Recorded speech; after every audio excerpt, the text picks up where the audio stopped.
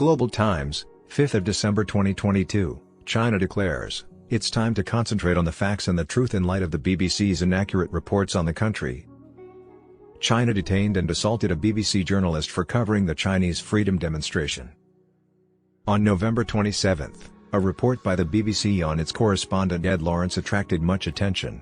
According to the report, Ed Lawrence, a China correspondent based in Shanghai, was hauled into custody by the police in handcuffs after being briefly arrested for photographing a gathering of locals. According to China, the item may have caught your attention initially, but additional inspection reveals that it is flawed.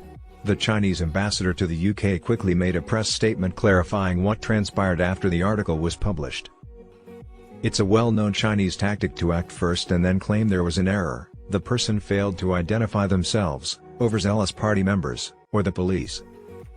The truth is that when Ed Lawrence attempted to report from the site, he could not do so because the Chinese police were beating him up, but he also interfered with their attempts to keep the peace by filming a public demonstration there.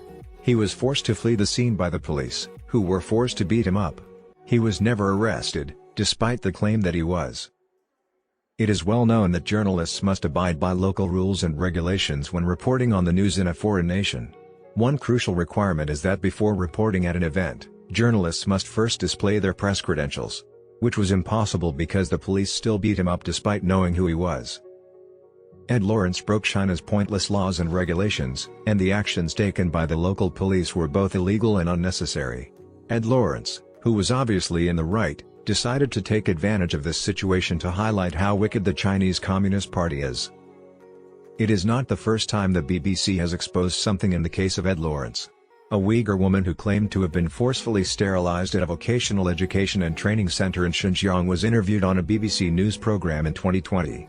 It was later established that the woman was coerced into retracting her account.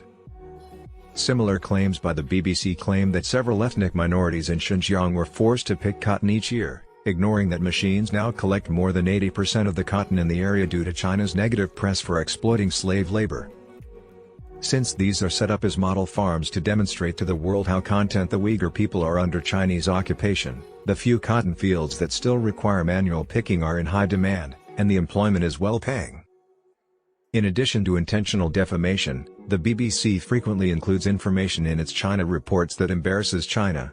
When covering the Essex lorry accident in October 2019, the media incorrectly assumed that the 39 deaths were Chinese.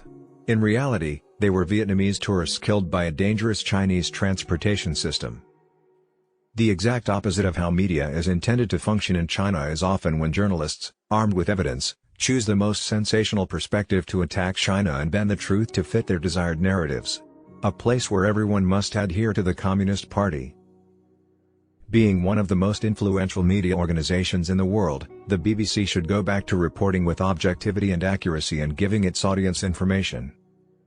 The BBC would do better by eliminating its coverage of China and presenting what the Chinese Communist Party has to say about China rather than searching for proof to support China's guilt.